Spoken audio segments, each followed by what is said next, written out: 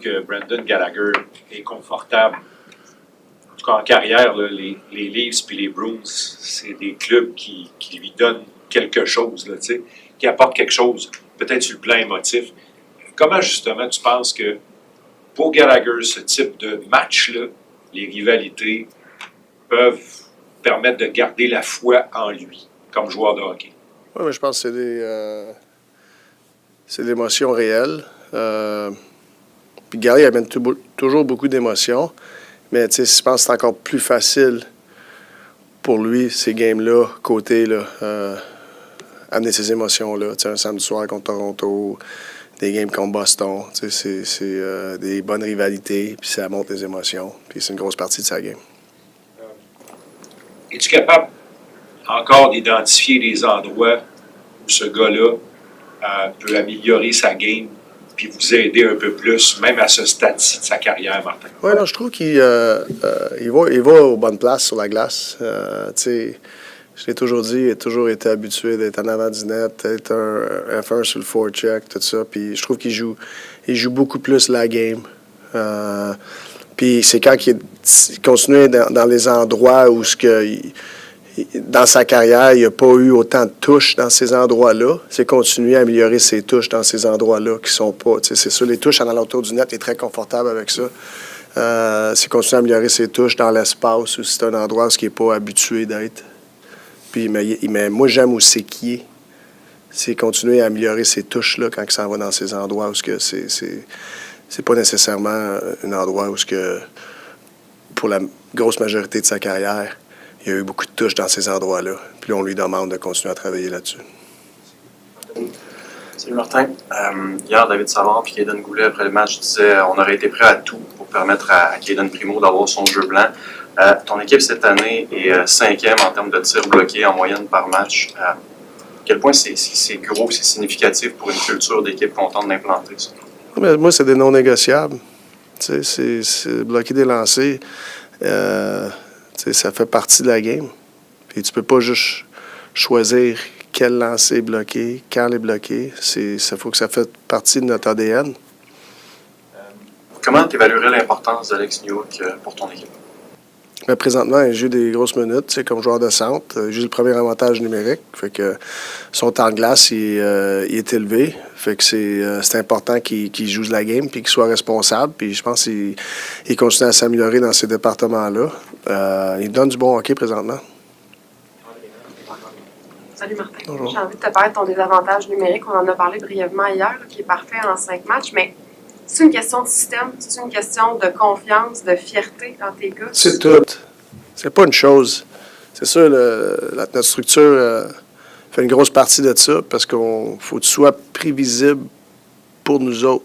Il faut les gars, il y a un petit peu de lecture de jeu. Faut que tu comprennes l'autre équipe, leur point d'attaque en général, puis c'est pas comme si ça va être exactement comment qu'on pensait, mais il va y avoir des situations qu'on va reconnaître. Puis c'est de rester dans notre structure puis dans nos règlements quand il y a beaucoup de mouvements, puis quand il s'en va un petit peu à l'extérieur de qu'est-ce qu'on pensait. Les concepts ne changent pas, la structure ne change pas, les règlements ne changent pas, mais il faut juste reconnaître ça puis travailler ensemble. Puis on passe beaucoup de temps là-dessus, peut-être pas dans les pratiques, mais beaucoup de discussions, beaucoup de vidéos. Puis c'est toujours de continuer à travailler sur les petits détails. Puis je pense que... puis quand que c'est sûr que tu vas donner des chances, mais c'est quelles chances que tu vas donner. Puis les chances que tu donnes, il faut qu'ils soient prévisibles pour le gardien, pour qu'il soit pas qu'il soit surpris. Fait qu'il peut anticiper mieux. Fait que si on donne une anticipation à notre gardien, mais son pourcentage d'arrêt va monter. Fait que c'est un petit peu de ça, mais puis à la fin de la journée, mais quand tu en donnes une bonne, mais ton gardien, c'est lui qui répare tout. Puis récemment, on est tous ensemble. Ça fait 2 ans ou presque que Stéphane Ropita travaille avec ce groupe de défenseurs-là. Vois-tu une évolution dans sa façon de faire? Tu parlais de vidéo, de la façon de travailler, tout ça, pour que justement on arrive à ces résultats-là aujourd'hui? Mais tu parles de défenseur ou tu parles de... Juste, on parle de défenseur. Oui, mais c'est de continuer à rester à la tâche et enseigner les détails. Puis c'est sûr, comme entraîneur, tu vas toujours évoluer. Comme entraîneur, comme jeune entraîneur, tu as une chance d'évoluer beaucoup vite en partant. Puis c'est de continuer à continuer à t'améliorer comme entraîneur. Puis t'apprends dans les tranches. T'apprends avec tes façons, t'apprends tes joueurs. C'est pas chaque joueur qui a la même approche. Puis je pense que c'est une des grosses qualités à Roby. Il est patient avec ses joueurs, mais il est agressif avec sa patience, comme je le dis toujours. C'est un travailleur. C'est un gars qui fait beaucoup de vidéos. C'est un gars qui a fait beaucoup de one-on-one avec ses défenseurs. Puis ça apparaît dans le progrès de beaucoup de nos défenseurs. Et Martin, Bonjour. Tu parles souvent de prévisibilité pour les joueurs, surtout quand il est question de tes unités spéciales. En même temps, les unités spéciales, que ce soit ton piqué ou ton avantage numérique, ne restera pas le même du match 1 ou du match 82. Tu veux changer pour pouvoir éviter le scouting de l'autre équipe. Alors, il y a où le défi entre rester prévisible et que les gars réussissent à se trouver et à rester prévisibles les uns et les autres, tout en changeant vos formules au fil de la série? Mais je pense que quand tu as de la constance avec ton message, ton enseignement, que ce soit à 5 contre 5 ou en unité spéciale, tu peux plugger n'importe qui. Okay? Parce que en autant qu'ils comprennent les règlements, parce que la game, elle a des règlements. Quand on est dans l'espace ou quand on est sur pression, les règlements, ils changent. Fait que quand les joueurs comprennent ça, mais notre game collective est plus fort que l'individu. Ça fait que c'est plus facile à remplacer un joueur. Comme on a perdu Monahan sur le power play, Newhook qui est rentré. Puis c'est pas juste l'entraîneur qui enseigne Newhook, c'est les joueurs alentour de lui aussi. Fait que c'est... la prévisibilité, ça te permet de jouer beaucoup plus rapidement puis de créer beaucoup plus. C'est pas comme si... on n'a pas de set plays. Il n'y a rien qui est seté. Mais si les 4 joueurs on anticipe qu'ils vont être à les endroits qu'ils pensent qu'ils sont, tout dépendamment où ce que le gars avec la rondelle y est. Mais le gars avec la rondelle, je ne sais pas qu'est-ce qu'il va faire avec.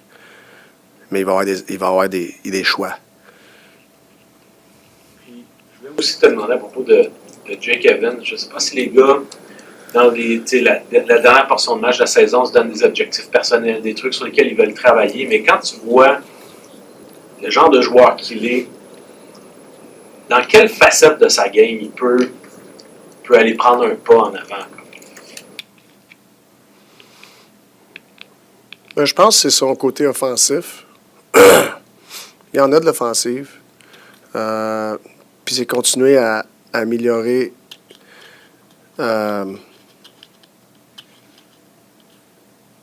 les atouts qui vont t'aider à être plus dangereux offensivement, que ce soit son lancer. Tu sais, je regarde hier sa passe qu'il a faite à Gallagher. OK, c'est une puck qui est rimée. Puis il pogne son back-end, puis c'est une motion au net. Mais c'est pas un c'est un skill qui est overlooked. Overlooked? Sous-estimé. De ramasser une rondelle, ça bande, une touche de son back-end, puis faire une passe. Mais c'est des choses qu'on travaille beaucoup récemment. Tu sais, ramasser des pucks, ces bandes, c'est pas quelque chose que les joueurs pratiquent beaucoup, je te dirais. Mais c'est quelque chose qu'on emphase parce que c'est une grosse partie de la game.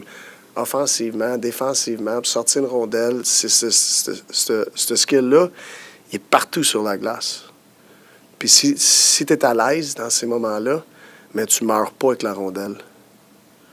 Mais est-ce que tu as l'impression que Evans, il y en a eu il a joué avec des joueurs à caractère plus offensif cette année. Trouves-tu qu'il en a profité pour te démontrer, te prouver ce que tu pensais? Ouais, je pense qu'il m'a montré beaucoup. Mais tu sais, comme il ne joue pas sur l'avantage numérique, il y a beaucoup de minutes qui est en désavantage. Fait que je te dirais, sa fenêtre de montrer son côté offensif n'est pas grosse. Mais je pense qu'il est capable de continuer à en faire plus de ce côté-là parce qu'il a une bonne tête. Il a une bonne tête côté offensivement. Il améliore les atouts, comme je te dis, que ce soit sa shot, ses touches, plus de jump dans son step pour un petit peu plus de séparation. Je pense parce que la tête est là côté offensif. C'est continuer d'améliorer le reste qui va aider que quand tu prends tes décisions, tu peux exécuter. Hey, Martin. Hi. As someone who covers football in my other life, I'm very much into asking coaches about the last time they played a team. Mind you, there's 18 games in football, 82 games in your season. The last time you played Boston, it was 9-4, albeit not a 9-4 game. Yeah. Do you want memory of that to be in your players' minds? Yeah, I think they remember that. And if I remember correctly, it was a pretty close game going to the third, right? Was it a tie game and we were down one, maybe? I think you were down one. I think we were down one. And then it got away from you. It did. Yeah, it sure did. That's an understatement. Yeah, he got away fast. Very far, too. But, yeah, I mean, I think as players are proud, right? And then they're coming in our building. You know, I feel the 2 nights we went there this year, I feel they were honoring something, you know, and you know, actually we played better the second game. The first game we played there, we weren't good at all. And actually, like, I felt like that game springboarded us to a better place. But that second game we played there, we were pretty good, not perfect, but we were battling. Obviously, the third period was what it was. But, you know, I think they're coming into our building now, and the guys will remember that for sure. Do you think that your team rises to the level of the opponent?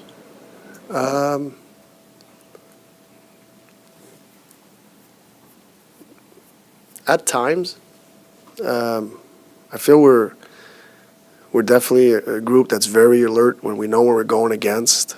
And I can't say that yesterday our play honestly dipped because of where Columbus was in the standing. We had a heck of a start, okay? And now you're playing against a team who's down 3, who they're chasing the game now, and they come out and they start playing shinny hockey a little bit, which is hard to play against because they're not doing the same thing they would normally do if it was a 0-0 game. So those moments are hard, and for us, it's really, I wouldn't say uncharted territory, but we're really up 3, okay?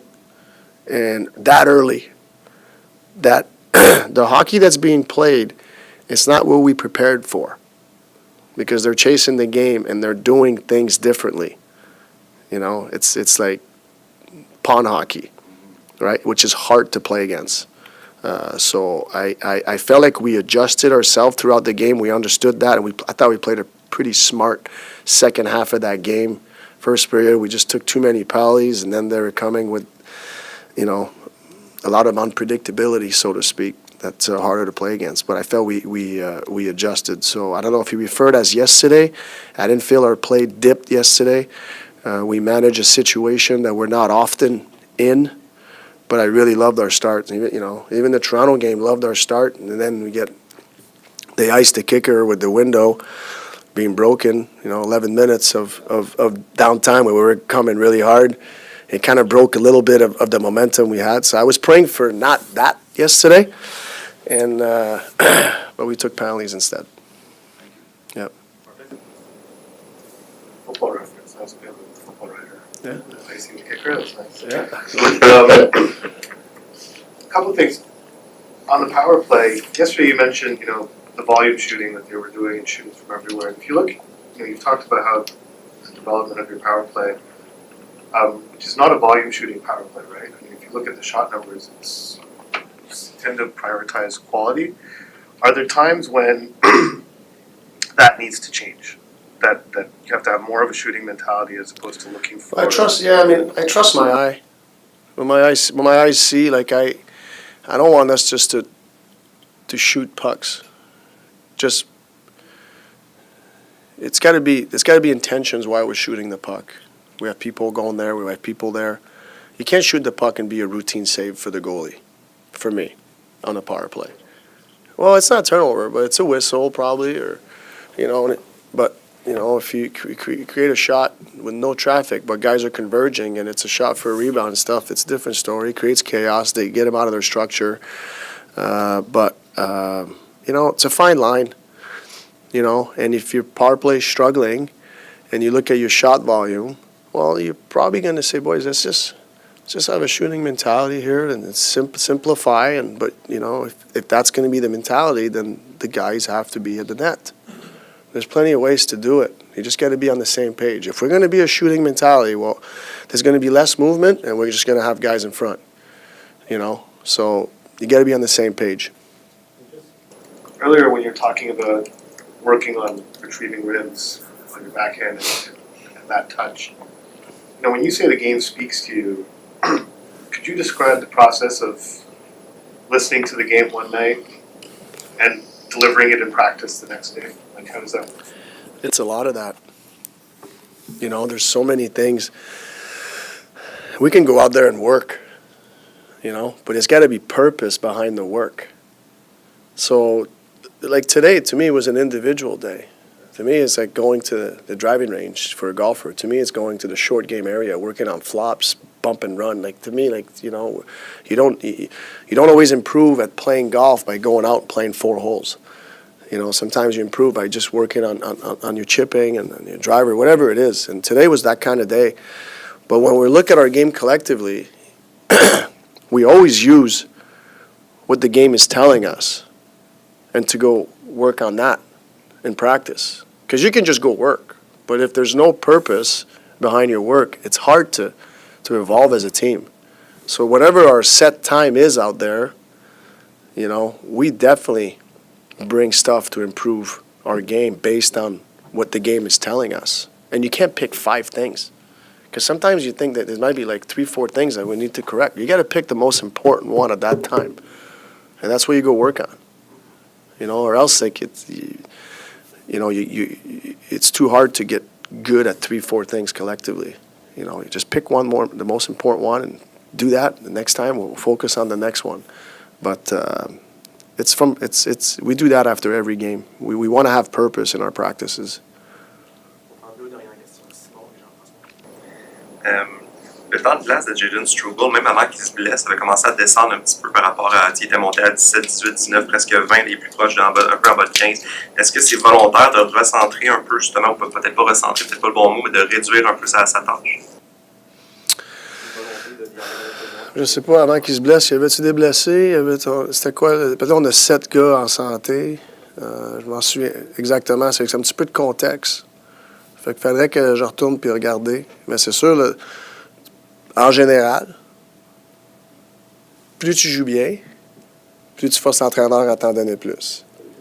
Si ta game abaisse, ton temps de minute va sûrement baisser. Mais j'ai pas le contexte avant qu'il se blesse, comment il jouait, pourquoi il jouait ce temps-là. Je sais qu'il jouait bien, mais je peux pas dire si on avait des blessés ou si on avait besoin, lui, qui joue un peu plus. Faudrait que je retourne et je regarde ça.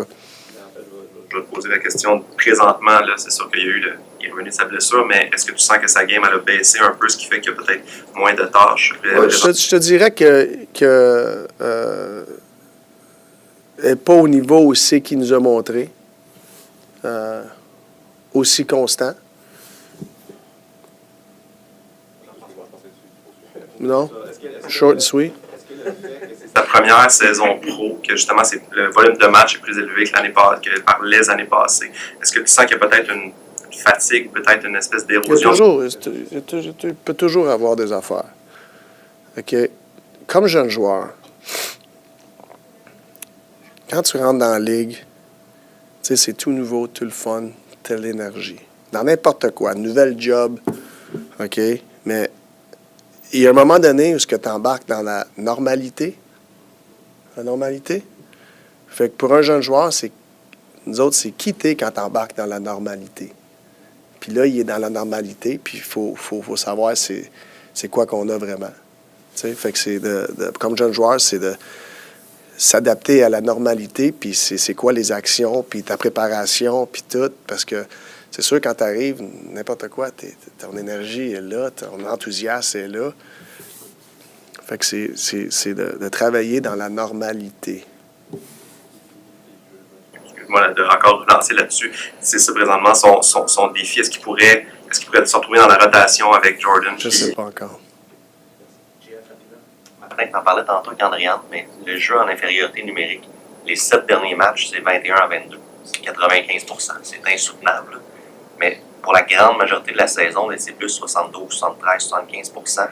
Y a-tu un élément déclencheur à tes yeux? Y a-tu un endroit en infériorité numérique où tu as perçu une grande amélioration pour expliquer le 21-22? Mais je pense qu'on est un petit peu plus agressif. Tu sais, puis c'est de faire des ajustements. Des fois, la game te parle, tu regardes d'autres équipes, tu achètes tout le temps. Les réponses sont partout. OK? Puis c'est d'essayer de les trouver. Puis des fois, mais tu ne les trouves pas tout de suite. C'est correct, mais c'est le processus d'essayer de trouver des réponses. Fait que présentement, je trouve qu'on a trouvé des réponses. Puis je te garantis qu'il va falloir en trouver d'autres. OK? Puis c'est continuer à évoluer. Tu sais, puis on a une jeune équipe, puis on apprend à tuer des punitions ensemble. Puis les meilleurs piqués de la Ligue, ça fait longtemps qu'ils font ça ensemble. Tu sais, fait que c'est d'être patient, mais agressif. Oui, Sam va jouer. OK, merci beaucoup.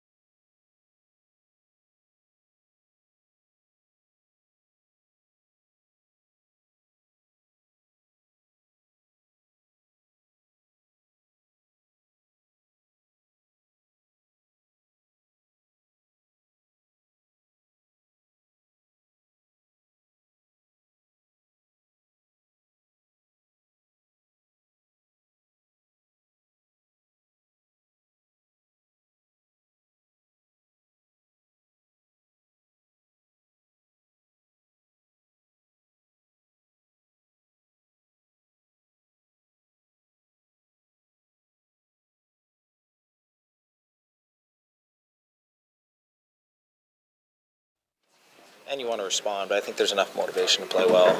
It's a fun game to be in anytime you play Boston, and especially at home. So it's a game that we want to show up regardless of how last game went for us, and hopefully we've been playing some decent hockey here. Hopefully we can carry that through. Your numbers are good against the Leafs and Boston. How those rivalry games help you to keep faith in yourself? Yeah, it's fun. It's fun, obviously. I mean, it's a style of hockey that you enjoy playing in. There's a lot of atmosphere in the building, regardless if it's home or away. I'm aware of the history between the two teams, and yeah, it's just a fun game to be a part of. So as a player, it's easy to get up for. Being effective around the net, stick right at the right moment, the right time. Does that help you to have more confidence in your game when you're good in those areas? Yeah, I mean, I haven't lost confidence. It's I'm, for the most part, I feel pretty good. I mean, right now it's going well. I feel like I found a little bit of a comfortability with Jakey and Andy. So hopefully we continue to play some good hockey here. But confidence is never an issue. Have you seen something different from Jake this year compared to previous years? Well, he's getting a lot more opportunity. I think with opportunity comes growth, experience. He's playing in different situations, logging a ton of ice time, which he hasn't had the opportunity to, and he's taken advantage of it, and he's grown as a player. And I think that's what you have to do when you get these opportunities. So I think he's done a great job of that. He's always stayed ready, but I think he's picked up a lot of good experience, positive opportunities this year, and he's taken advantage of it. It's been a couple of seasons since you hit double digits in goals. It's been a few seasons since you played 60 games. I know there's plenty of hockey still left, but will this be personally a rewarding season for you when you look back on it? Yeah, I mean, there was some good, some bad. I mean, for me so far, I wanted to stay healthy. I wanted to be a reliable teammate, be in the lineup every night. And, other than my suspension, I've been able to do that this year. I think it's just been, hopefully it continues. We got whatever we have left, but I felt good. Last couple of years, I felt good. Honestly, it's just a matter of being in the lineup, and if you stay in the lineup consistently enough, everything kind of takes care of itself. Is that a badge of honor here? That was from last night. It was probably looks worse than it is. I don't really feel it.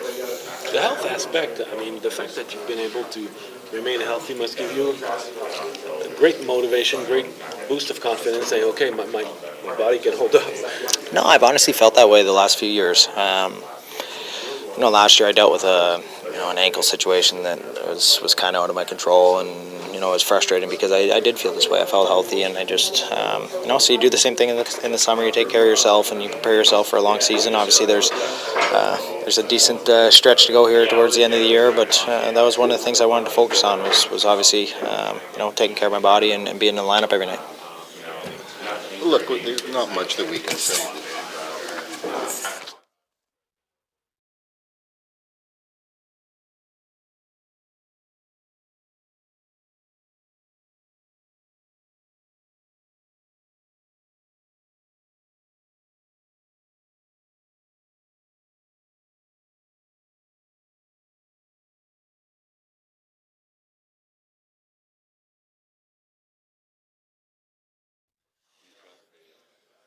How often do you change your skates? I'm like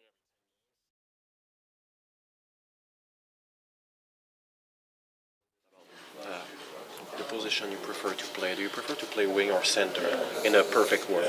Yeah, I'm kind of comfortable either. I don't really have a preference. I probably played more in the middle growing up, but I've played wing and center, so wherever I'm put, I can play.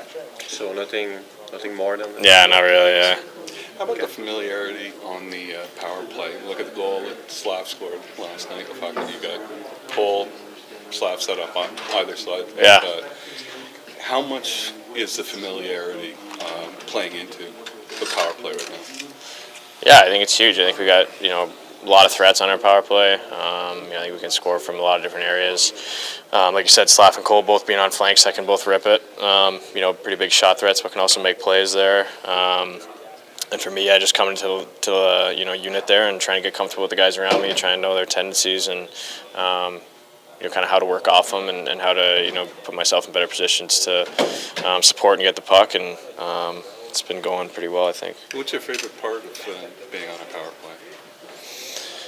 I think just being in those situations, you want to be a difference maker in the game. You're put in those situations to help the team win and score goals and be a part of something that kind of needs to be a difference maker. I think in a lot of games. So being in those situations is fun, and I think we all enjoy it. When in your journey you start playing the bumper spot on a power play, and when you start feeling comfortable in this spot? Yeah, I've kind of played it like a few different Team Canada, international tournaments, but never really consistently throughout a season until Colorado, and then I played there in the bumper for my whole time there. So I got pretty comfortable in that spot. Kind of just kept on learning about different ways to be a threat there, and pretty comfortable there now. I'm just curious, did you watch clips when Monahan was on the power play before you came back after your injury? Yeah, a little bit. I think it was more so watching it kind of live when you're watching the games. I think he was really good in that spot, and positioning wise and touches, he's really good in that area, and I definitely watched him to get some reads off him and see kind of his positioning in a lot of situations, especially being a lefty. It helps. When you came after a trade in Montreal, you knew that kind of opportunity for you, power play and more ice time could be there. How good is it to be in this position? What you did expect? Yeah, it feels after the trade. Feels great. It's never guaranteed that ice time, that position, but it feels good to be put in key situations, playing a lot. Feel like I have an impact on the game most nights, and I think that's a big part of my game here, and just want to keep building it.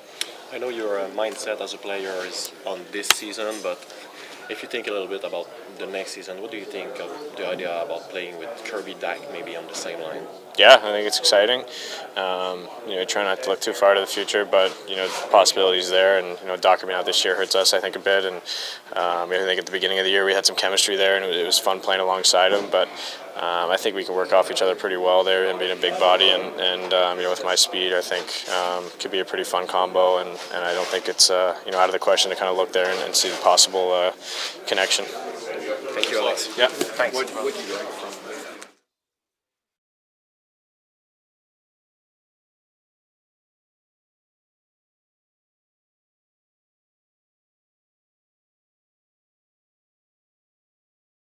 sometimes certain teams wait for their grade A chances, and then some teams are just trying to get pucks through and rebounds or tip-ins. So we noticed that mainly after the first one or two, we started to realize that's what they were doing, and I thought, the third, fourth, and I don't know if we had a fifth one, but we adjusted well. When did you decide to be more aggressive strategically, when you're on the ice? When do you say, okay, now I can go, or it's better that I stay back? Yeah, I think there's certain cues. At the beginning of a penalty kill when you're fresh, if there's bobbled pucks, or if you see one guy go, you go in as a unit and hope to put some pressure on them and limit their chances of making some good plays. I guess it comes with experience, probably. Yeah, just being connected, being out there, and getting those reps. You start to realize when a guy might go, and it does help when you're out with certain guys a lot. So with me and Army, we've been out there for quite a bit together, and we get to read off each other pretty well. Having the Bruins coming tomorrow, the 2 games in Boston were probably some of the low points of the season. Just what do you keep that in mind with the game coming tomorrow? Do you want to? I don't know if we keep those games in mind. We'll obviously want to give it back to them, but I think we got to think about how we've done against some top teams the last few weeks and focus on what will help us win against another great team and a opponent that's not easy to take down. They've lost Bergeron last year, and Krejci also left. It's been a few years since people are kind of expecting the Bruins to falter a little bit, but they're still there. What do you think makes them successful long term year from year on? A lot of everything. I think they've got a great coach there. They've had great leadership there and bringing young guys up, and when you have guys like Bergeron leading the way and Krejci and they take a step down, they clearly left a huge impact on some of the younger guys that'll step up. So it's definitely a team that you look up to and want to become one of those days where you can, whether you lose one or two top guys, you can still compete with the best of the best, and they've done a great job with that. Jake, I wonder if some players will use the end of the season to improve certain aspects of their game or set goals for themselves. What would it be for you? It's a tough one. I I will say I've thought the last month or two has been a bigger step in my game as opposed to the beginning of the season. I felt more confident with the puck, felt better getting the puck in the offensive zone and making plays. And big thing is just consistency with that, not having those off nights and not letting your bad nights be awful and not letting your highs get too high, just slowly improving your game. And I think that's a big thing as a pro player is, when times are getting tough, not to let them keep going down and try and bounce back. And consistency is just such a big thing. I remember that,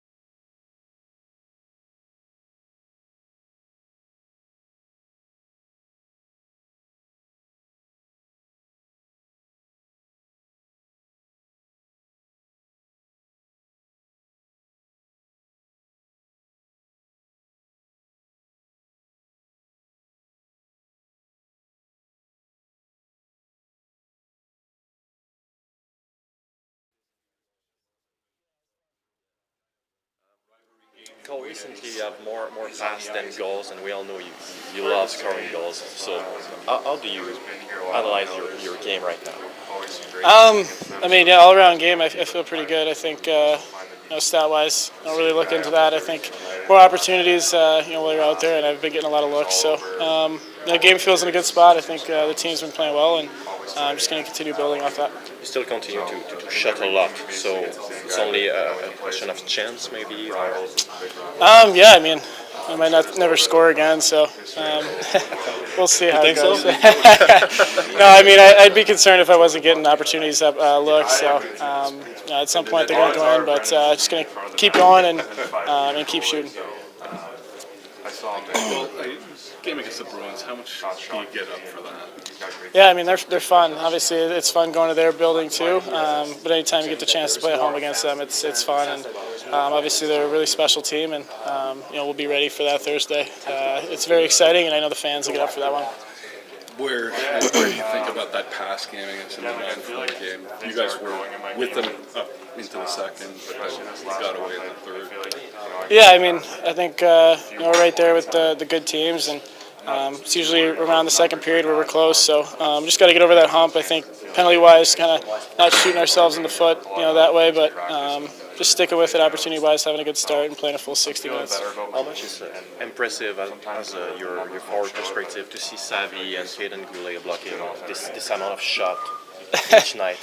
Yeah, Dave was up there for maybe the same or more saves as Preems last night, so that's pretty funny. But him and Goulet have been good all year back there blocking shots, and you respect it as a teammate, probably as a fan too. But those guys sacrifice so much every night, and I'm very lucky to have those two. A big part of the Golden Knights' success is built by blocking shots. So probably tough to play against this type of guy, right?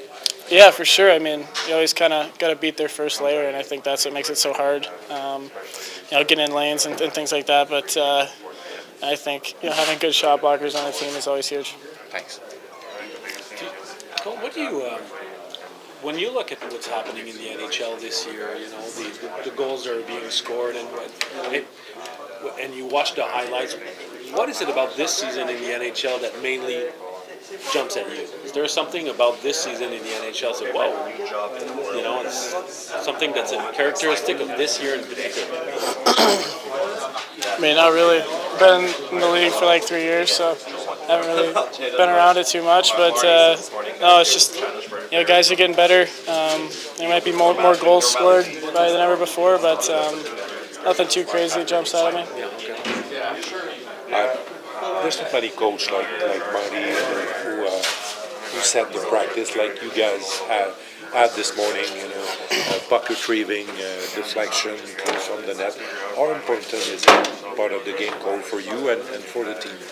Yeah, it's fun. I mean, you get more of those touches in a game than flow drills and things like that. So just all the handles you get on the wall, the tips, it's game-like and kind of muscle memory. So it's good to do those once in a while, and I know the guys like it. So hopefully we'll continue to implement that more in the rest of the season. Marty talks a lot